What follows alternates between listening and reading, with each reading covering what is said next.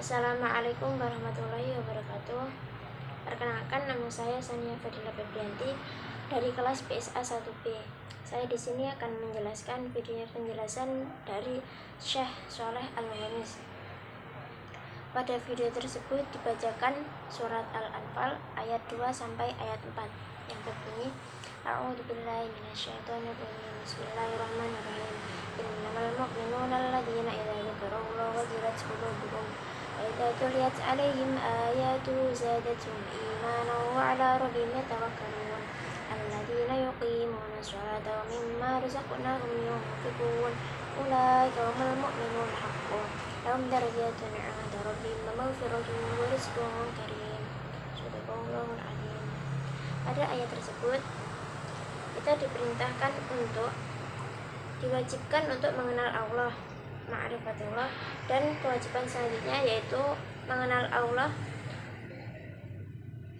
dan kewajiban selanjutnya yaitu mengenal Nabi Muhammad SAW dengan cara seperti beribadah kepada Allah dan menjauhi larangan-larangannya. Kemudian bersalawat kepada Nabi dan juga melaksanakan sunnah-sunnah Nabi. Tidak ada satupun yang lebih mengenal sesuatu kecuali Allah Subhanahu wa Ta'ala. Allah menciptakan khalaqas sab'a samawat, yaitu langit dan bumi, di mana kita diperintahkan untuk selalu menyembah Allah dan menjalankan perintah Allah dan menjauhi segala larangannya. Kemudian Nabi Muhammad merupakan orang yang paling mulia, yang diibaratkan bertempat di tempat yang paling tinggi, yaitu matahari yang memiliki syafaat dimanapun berada. Kemudian sebelum diturunkannya surat Al-Muddathir ayat 1-7 yang berbunyi seperti ini. Bismillahirrahmanirrahim. Ya ayyuhal muddathir fa'anzir rabbaka fakabbir wa thiyabaka fatahhir warrujza fahjur wa la tamnun tastakthir wa li rabbika fasbir.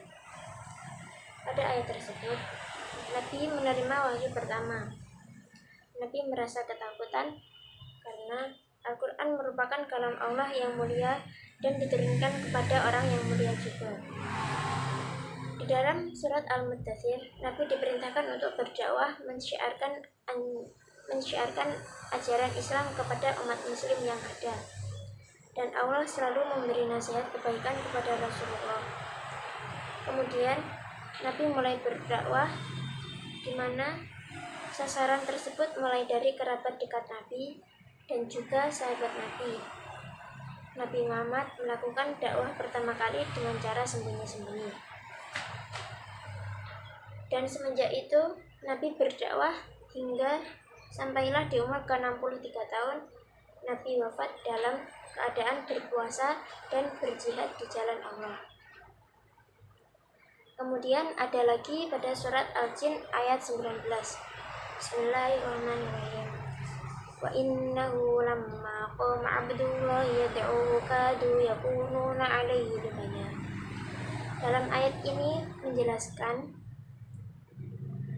ketika Nabi sedang melaksanakan sholat, kemudian jin mendengarkan ayat Al-Quran. Mereka merasa takjub dengan apa yang mereka lihat dan dengar. Nabi Muhammad memiliki ciri-ciri dengan wajahnya yang bersinar seperti bulan, jenggotnya panjang dan rapi, alisnya melengkung indah, suaranya bergema indah, tingginya sedang, kulitnya cenderung putih kemerah-merahan, lehernya seperti perak, rambutnya sebahu, dan matanya putih dan sangat hitam. Nabi pernah bercerita tentang Sayyidatina Aisyah yang merupakan orang yang ahli surga. Kenapa? Karena Aisyah hingga akhir hayatnya tetap beriman kepada Allah. Dan Aisyah merupakan istri Nabi yang sangat ta'zim kepada Nabi Muhammad. Atau bisa disebut Aisyah adalah kesayangan Nabi. Aisyah memiliki sifat yang ahli surga, maka dari itu Nabi Muhammad menjamin Aisyah masuk surga.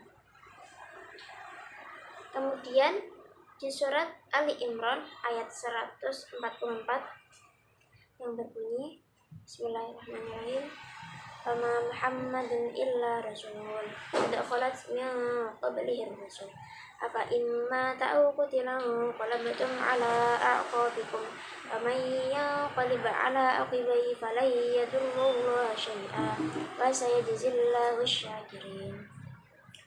Pada ayat ini menceritakan tentang peperangan Uhud, yang saat itu Nabi berpisah dengan kelompok-kelompok lainnya, dan mereka mengira Nabi telah dibunuh oleh seseorang kelompok. Kemudian kaum Muhajirin menjawab, jika beliau Nabi dibunuh, maka beliau telah menyampaikan risalahnya, maka berperanglah kalian demi agama kalian. Kemudian ada juga surat At-Taubah ayat 100 yang berbunyi, Bismillahirrahmanirrahim, As-sabiquna al-awwaluna minal muhajirin wal ansari walladzina ittaba'uhum bi ihsanin radhiyallahu anhum wa radu anhu wa a'adda lahum jannatin tajri tahtal anharu khalidina fiha abada dzalikal fawzul 'azim. Di dalam ayat ini kita ditanya, yaitu apakah kita termasuk golongan muhajirin ataupun golongan ansor? Tidak. Kenapa? Karena itu terjadi di masa lampau, yang kita sudah melewati masa lampau tersebut. Maka ada satu jalan untuk kita, yaitu wattaba'uhum bi ihsan. Barang siapa yang ingin Allah jadikan baik atau selalu berbuat baik, maka itulah orang-orang yang diinginkan Allah untuk wattaba'uhum bi ihsan. Maksud dari wattaba'uhum bi ihsan tersebut yaitu esakan Allah, sembahlah Allah, dan jangan menyekutukan selainnya. Nabi Muhammad juga sahabatnya dijadikan panutan untuk kita, dan itulah maksud dari wattaba'uhum bi ihsan. Kemudian yang terakhir, Nabi membacakan surat Al-Kautsar di depan para sahabatnya. Kemudian Nabi bertanya kepada para sahabat tersebut, Hal araftu Al-Kautsar? Apakah kalian mengetahui apa itu Al-Kautsar?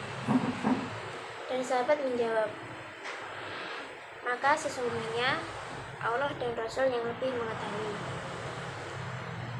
Nabi pun menjawab dengan, sesungguhnya Al-Kautsar itu sungai yang ada di surga, yang diperuntukkan untuk umat Nabi sebagai syafaat di hari kiamat. Pada hari kiamat, semua orang dikumpulkan di padang mahsyar dengan keadaan semuanya tidak memakai baju dan dalam keadaan kehausan di bawah teriknya sinar matahari.